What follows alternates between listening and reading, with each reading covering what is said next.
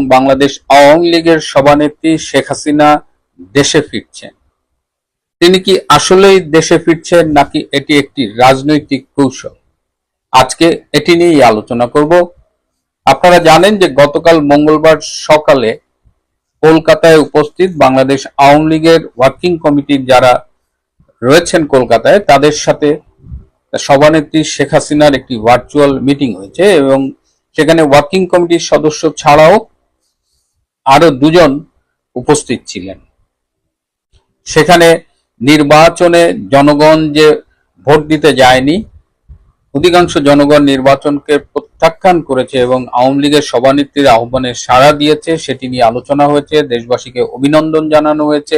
এছাড়াও মার্চ মাস একটি ঐতিহাসিক মাস, 7ই মার্চ, 26শে মার্চ, বঙ্গবন্ধুর জন্মদিন 17ই মার্চ, এই সব বিষয় উদযাপন নিয়ে কথা হয়েছে এবং সেখানে অনিবার্যভাবেই এসেছে যে কলকাতায় বর্তমানে আওয়ামী লীগের যে কয়েকজন নেতা অবস্থান করছেন তাদের দেশে ফেরা নিয়ে। কদিন আগে আমি একটি ফোন পেয়েছিলাম কলকাতা থেকে, আওয়ামী লীগের একজন কেন্দ্রীয় নেতা। তিনি আমাকে বলেছিলেন আমি যেন জননেত্রী শেখ হাসিনার সাথে একটু আলাপ করি এবং তিনি আমাকে যেটা বলেছিলেন যে তারা আসলে দেশে ফিরতে চায়। দেশে আইনের শাসন যদি থাকে, যদি আদালতে গেলে সুবিচার পাওয়া যায়, এটি নিশ্চিত হলে তারা দেশে ফিরে যাবে। এবং গতকালকের আলোচনায় সভানেত্রী শেখ হাসিনা বলেছেন যে নেতাদের রেডি হতে বলেছে, মানসিকভাবে রেডি হতে বলেছে এবং দেশে ফেরার জন্য তৈরি হতে বলেছে এবং দেশে ফিরে গিয়ে ফেস করতে হবে হোয়াট এভার দ্য সিচুয়েশন। এবং সেখানে আরো আলোচনা হয়েছে যে বাংলাদেশ আওয়ামী লীগের কার্যক্রমের উপরে বর্তমানে যে নিষেধাজ্ঞা রয়েছে, যেটি গত বছরের 12ই মে ডক্টর ইউনূস একটি সরকারি প্রজ্ঞাপনের মাধ্যমে এটি অ্যাপ্লাই করেছিল এবং সন্ত্রাস দমন আইন এইসব বিভিন্ন অধ্যাদেশে দেখিয়ে সম্পূর্ণ অবৈধভাবে সিনিয়র স্বরাষ্ট্র সচিব স্বাক্ষরিত একটা প্রজ্ঞাপনে আওয়ামী লীগের কার্যক্রম নিষিদ্ধ করা হয়েছিল। তো সেই কার্যক্রমের উপরে যে নিষেধাজ্ঞা সেটি তুলে নেওয়ার জন্য ওয়ার্কিং কমিটিতে আলোচনা করা হয় এবং আশা করা হয় যে সরকার সেটা তুলে নেবে। যদি তুলে না নেয় তাহলে আওয়ামী লীগ অবশ্যই আন্দোলনের পথে যাবে। তো এখন ইম্পর্টেন্ট বিষয় হলো যে আওয়ামী লীগের নেতারা তাদের মতো করে ফিরবে এবং নেতারাও অনেকদিন ধরে এটা ভাবছে যে এই 12ই ফেব্রুয়ারির পরে বিশেষ করে যে এখন তাদের ফিরে যেতে হবে। জেল বা গ্রেপ্তার এগুলো রাজনীতির খুব স্বাভাবিক অনুষঙ্গ এবং তারা রেডি টু ফেস। বাট বর্তমানে বা অ্যাটলিস্ট ইউনূসের আমলে যেভাবে আদালতগুলো ফাংশন করেছে, আসিফ নজরুল যেভাবে আদালতকে একেবারে মবের একটা স্বর্গরাজ্য বানিয়েছিল, সেই অবস্থায় তো আসলে স্বেচ্ছায় ফেরা যায় না। কিন্তু এখন আশা করা যায় যে পরিস্থিতির উন্নতি হবে এবং দেশে অ্যাটলিস্ট মিনিমাম একটা স্ট্যান্ডার্ড মেনটেন করে আইনের শাসন প্রতিষ্ঠিত হবে। কিন্তু আমাদের স্বরাষ্ট্রমন্ত্রী বর্তমানে তিনিও বলেছেন যে দেশে এখন আর মবের শাসন চলবে না। এই কথা যখন তিনি বলছেন ঠিক তখনই আমরা গতকাল দেখলাম বরিশালের আদালতে আইনজীবীরা বিচারকের উপস্থিতিতে মব করছে। আইনজীবী যারা আইন বাস্তবায়ন, আইনের শাসন কায়েমের একটা অংশ, গুরুত্বপূর্ণ অংশ, তারা কেন্দ্রীয় নেতৃবৃন্দ, কেন্দ্রীয় একজন মন্ত্রীর স্টেটমেন্টকে উপেক্ষা করে তারা মব করছে। এই অবস্থায় তো বাংলাদেশে এখনো আইনের শাসন ওভাবে এস্টাবলিশড হয়নি। তারপরেও আওয়ামী লীগ নেতৃবৃন্দ কিন্তু রেডি হচ্ছে, তারা হয়তো সবাই একসাথে না হলেও আস্তে আস্তে তারা বাংলাদেশে ফিরবে। এই যখন অবস্থা, তখন আরো একটি আলোচনা আসছে যে শেখ হাসিনা নিজে কি দেশে ফিরছেন। ওই মিটিং অনেকেই বলেছিলেন যে নেত্রী আপনাকে নিয়ে আমরা দেশে ফিরবো। নেত্রী বলেছেন যে তোমরা তোমাদের মতো করে ফেরো, আমি আমার মতো করে ফিরব। একটি সূত্র আমাকে নিশ্চিত করেছে যে শেখ হাসিনা ভারতীয় কর্তৃপক্ষকে জানিয়েছেন যে তিনি অবিলম্বে বাংলাদেশে ফিরে যেতে চান। তিনি এটাও বলেছেন যে বাংলাদেশে ফিরে গিয়ে তিনি আইন যে বিচারিক প্রক্রিয়া সেটা ফেস করতে চান। তিনি বলেছেন তিনি ফাঁসিকে ভয় পান না, তিনি জেলে যেতে ভয় পান না, কিন্তু তিনি বাংলাদেশে ফিরে যেতে চান। একটা টেকনিক্যাল সমস্যা হলো যে তার পাসপোর্ট বাতিল করা হয়েছে, সুতরাং শেখ হাসিনার এই মুহূর্তে কোনো পাসপোর্ট নেই। তারপরেও তিনি ভারতীয় কর্তৃপক্ষকে জানিয়ে দিয়েছেন তিনি ফিরতে চান, তার অভিপ্রায়ের কথা। এখন বাংলাদেশে তার ফেরার মতো পরিস্থিতি তৈরি হলে আমরা আশা করি তিনি ফিরবে, এবং নিশ্চিত মৃত্যুর মুখে, আপনারা জানেন, এটা এখন সবাই জানে যে ভারতের মধ্যস্থতায় তাকে কিন্তু বাংলাদেশ থেকে নিয়ে যাওয়া হয়েছিল। না হলে সেদিন ওয়াকার এবং ইউনূসগণ যেভাবে প্ল্যান করেছিল, তাতে গণভবনেই তাকে নিষ্ঠুরভাবে হত্যা করা হতো। সেখান থেকে ভারত যেহেতু তাকে উদ্ধার করে নিয়ে গিয়েছে, তো ভারত নিশ্চয়ই তাকে কোনো একটা বিপদের মুখে ঠেলে দেবে না। কিন্তু আপনারা যারা শেখ হাসিনাকে চেনেন, আপনারা জানেন যে শেখ হাসিনা এর আগেও 2007 সালে একটা এরকম পরিস্থিতি হয়েছিল, তার দেশে ফেরার উপরে নিষেধাজ্ঞা জারি করেছিল সেই সময়ের 111 সরকার। কিন্তু তিনি তখন সব নিষেধাজ্ঞাকে উপেক্ষা করে সরকারকে বাধ্য করেছিলেন বেসিক্যালি সেই নিষেধাজ্ঞা প্রত্যাহার করতে, এবং তিনি দেশে ফিরে এসেছিলেন মে মাসে, এবং জুলাই মাসের 16 তারিখে তিনি গ্রেপ্তার হয়েছিলেন 2007 সালে। সুতরাং শেখ হাসিনা এবারও দেশে ফেরার জন্য উদ্গ্রীব হয়ে আছে, এবং আমরা আশা করি যে কিছু প্রয়োজনীয় মেকানিজম শেষ হলে তিনি অবশ্যই দেশে ফিরবেন। এদিকে শেখ হাসিনার দেশে ফেরার আলোচনা উঠতেই ঘুম হারাম হয়ে গেছে জামাত, এনসিপি এবং তাদের পক্ষে সামাজিক যোগাযোগ মাধ্যমে যারা দালালি করেন বা ইউটিউবিং করেন। আপনারা দেখবেন যে এখন সব শিয়ালের এক রায়ের মতো, সেই আসিফ মাহমুদ বলেন, সার্জিস বলেন, হাসনাত বলেন, বা তাদের সমর্থনে যেসব ইউটিউবার আছেন, সবাই একটা আওয়াজ তুলেছে যে বিএনপির উচিত হবে না আওয়ামী লীগের কার্যক্রমের উপরে যে নিষেধাজ্ঞা সেটি তুলে নেওয়া। বিএনপির উচিত হবে না আওয়ামী লীগের নেতৃবৃন্দকে দেশে ফিরে আসার সুযোগ দেওয়া, এবং তারা একটা ভুল ন্যারেটিভ প্রচার করছে যে এর আগে 1981 সালে জিয়াউর রহমান শেখ হাসিনাকে দেশে ফিরতে দিয়ে ভুল করেছিলেন, এবং তার পরিণতিতে অল্প কয়েকদিনের মধ্যে জিয়া নিহত হয়েছিলেন, জিয়া খুন হয়েছিলেন। কিন্তু যারা এই ন্যারেটিভটি প্রচার করছেন তারা ইতিহাসের সত্যকে লুকোনোর চেষ্টা করছেন। শেখ হাসিনা 1981 সালের 17ই মে যে বাংলাদেশে ফিরে এসেছিলেন সেটি কারো দয়ায় নয়, কারো অনুগ্রহে নয়।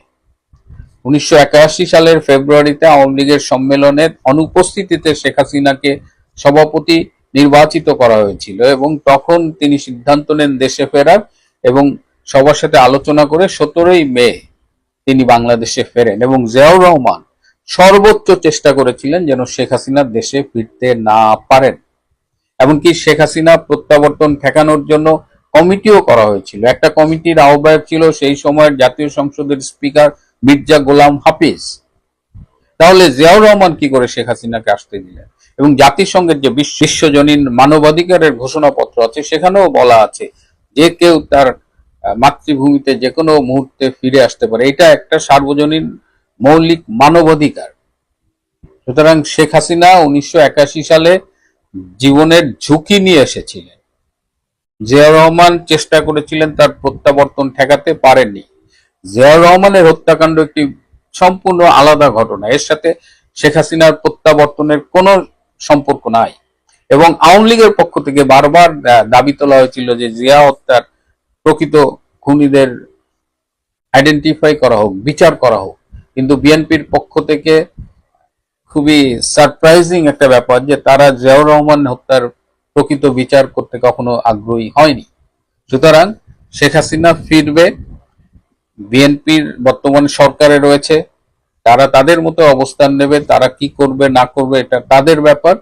কিন্তু শেখ হাসিনা যদি ফিরতে চায় তিনি ফিরবেন, এবং শেখ হাসিনার ফিরলে বর্তমান বিএনপির বা তারেক রহমানের কোনো সমস্যা হবে না। শেখ হাসিনা ফিরলে সমস্যা হবে ওই জামাত, ওই এনসিপি কিংবা তাদের পক্ষে যারা ইউটিউবিং করেন তাদের সমস্যা হবে। যদি আওয়ামী লীগ না আসে তাহলে জামাত, এনসিপি মিলে আন্দোলন করে বিএনপিকে তটস্থ রাখতে পারবে। কিন্তু যদি আওয়ামী লীগ ফিরে আসে তাহলে বাংলাদেশের রাজনীতির মাঠে একটা ভারসাম্য তৈরি হবে, এবং জামাত, এনসিপির মতো এইসব ভুইফোড় শক্তিগুলো, আগাছাগুলো তারা রাজনীতিতে কর্নার হয়ে যাবে। আজকের বাস্তবতায় এটা প্রমাণিত যে বাংলাদেশের রাজনীতি আসলে দ্বিদলীয়, মানে একদিকে বিএনপি তার জোট এবং আরেকদিকে আওয়ামী লীগ এবং তার জোট, এবং এটাই বাংলাদেশের জন্য সবচেয়ে ভালো। আমরা দেখলাম ডক্টর ইউনূসকে নিয়ে একদম নোবেল বিজয়ী, বিশ্ব হ্যান ত্যান কত কিছু, কিন্তু দেখলাম যে মাত্র 18 মাসে একটা উন্নতির দিকে ধাবমান একটা দেশকে কিভাবে ফোকলা করে দিয়েছে, সেই দেশের অর্থনীতিকে একদম ধ্বংস করে দিয়ে গেছে, ব্যাংক সিস্টেমটাকে একদম তছনছ করে দিয়ে গেছে।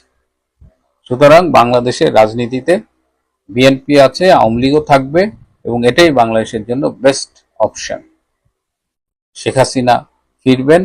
এখন অনেকেই আমাকে হয়তো জিজ্ঞেস করবেন যে তিনি কবে ফিরবেন। এক্স্যাক্টলি তারিখটা এই মুহূর্তে বলা যাচ্ছে না, কিন্তু তিনি ফিরবেন এবং সম্ভাব্য দ্রুততম সময়ে তিনি বাংলাদেশে ফিরবেন। প্রিয় বন্ধুরা, আজ এ পর্যন্তই। শেখ হাসিনা এসব নির্দেশনা পাওয়ার পর আওয়ামী লীগ নেতৃবৃন্দের ভেতরে ব্যাপক আলোড়ন তৈরি হয়েছে। একে, তাদের সভানেত্রীর ভেতরকার আত্মবিশ্বাস তাদের ভেতর সংক্রমিত হয়েছে, আর তাদের কাছে মনে হয়েছে যেহেতু শেখ হাসিনা 5ই আগস্টের পর আগে কখনোই বলেন নাই যে দেশে ফিরে যাওয়ার পরিস্থিতি তৈরি হয়েছে, দেশে ফিরে যাওয়ার মানসিক বাস্তবিক আইনি প্রস্তুতি নেওয়া শুরু করা দরকার, কাজেই এই পরামর্শটি, এই যে শীর্ষ নেতৃবৃন্দের সভায় শেখ হাসিনার এই নির্দেশনাকে অত্যন্ত ইঙ্গিতবাহী বলে এবং ইতিবাচক বলে আওয়ামী লীগের শীর্ষ নেতৃবৃন্দ মনে করছেন। আওয়ামী লীগ সভানেত্রী শেখ হাসিনা 2024 সালের 5ই আগস্টের পর প্রথমবারের মতো তার দলীয় নেতৃবৃন্দের সঙ্গে এক সভায় দলীয় নেতাদেরকে দেশে ফিরে যাওয়ার মানসিক এবং বাস্তবিক প্রস্তুতি গ্রহণ করতে বলেছেন।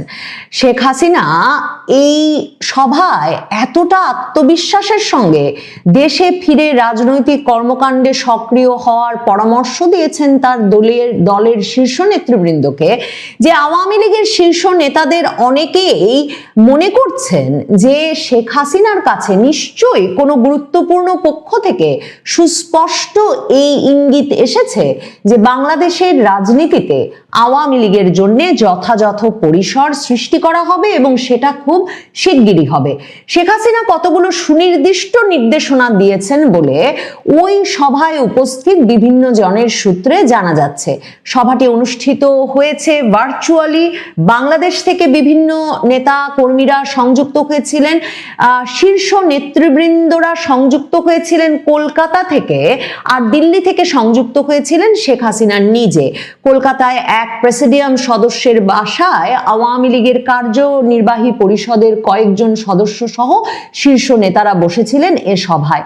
শেখ হাসিনা সেখানে সরাসরি নির্দেশনা দেন যে একদিকে যেমন দেশে যে নেতাকর্মীরা আছেন তাদেরকে সক্রিয় করে তুলতে হবে যাতে সামনেই যে স্থানীয় সরকার নির্বাচন আসছে সে নির্বাচনে আওয়ামী লীগের তরফে তারা অংশ নিতে প্রস্তুত থাকেন। শেখ হাসিনা আওয়ামী লীগের নেতা কর্মীদের বিচারালয়ে আদালতে সক্রিয় ভূমিকা রেখে, মানে আইনি পরামর্শের দিক থেকে সক্রিয় হয়ে জামিনের ব্যবস্থা করা, সেখানে মামলা লড়ার ব্যাপারে সক্রিয় হওয়া এবং নেতা কর্মীদেরকে বিভিন্ন মামলায় যে তারা মাসের পর মাস আটক আছেন সেই আটকাবস্থা থেকে ছাড়িয়ে আনার জন্য নেতাদেরকে সক্রিয় হতে পরামর্শ দিয়েছেন।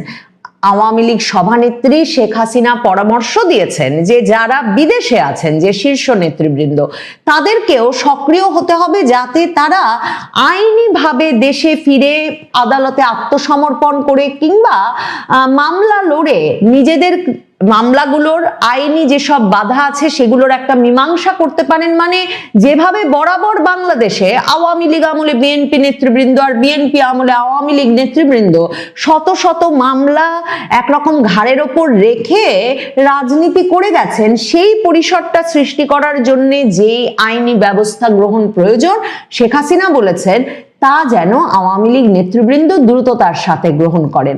শেখ হাসিনা এই বিষয়গুলো যখন এতটা আত্মবিশ্বাসের সঙ্গে পরামর্শ দিচ্ছিলেন, ওই সভায় উপস্থিত আওয়ামী লীগের শীর্ষ নেতৃবৃন্দের সকলেই তখন বক্তব্য রেখেছেন এবং তাদের অনেকেই আশঙ্কা প্রকাশ করেছেন যে যখন বিএনপি সরকারের দিক থেকে এখনো কোনো স্পষ্ট ইঙ্গিত পাওয়া যায় নাই যে তারা সত্যি রাজনৈতিক কার্যক্রমে যে নিষেধাজ্ঞা আছে আওয়ামী লীগের ওপর সেটা তুলে নেবে কিনা, শেখ হাসিনা অত্যন্ত আত্মবিশ্বাসের সঙ্গে বলেছেন এক অবৈধ অনির্বাচিত ইউনূস সরকার অধ্যাদেশের মাধ্যমে আওয়ামী লীগের যে রাজনৈতিক কার্যক্রম নিষিদ্ধ করেছে সেই পন্থাটাই অবৈধ, কাজেই সেই অবৈধ পন্থা দেশে বিদেশে কোথাও গ্রাহ্য করা হবে না। শেখ হাসিনা বলেছেন যে সন্ত্রাস বিরোধী আইনের আওতায় এই যে আওয়ামী লীগের রাজনৈতিক কার্যক্রমের উপর নিষেধাজ্ঞা আরোপ করা হয়েছে, দেশে বিদেশে কোথাও একটি নির্বাচিত সরকার, সেটা বিএনপি সরকার হলেও প্রমাণ করতে পারবে না যে আওয়ামী লীগ দল হিসেবে এমন কোনো সন্ত্রাসবাদী কার্যক্রমে কখনো জড়িত ছিল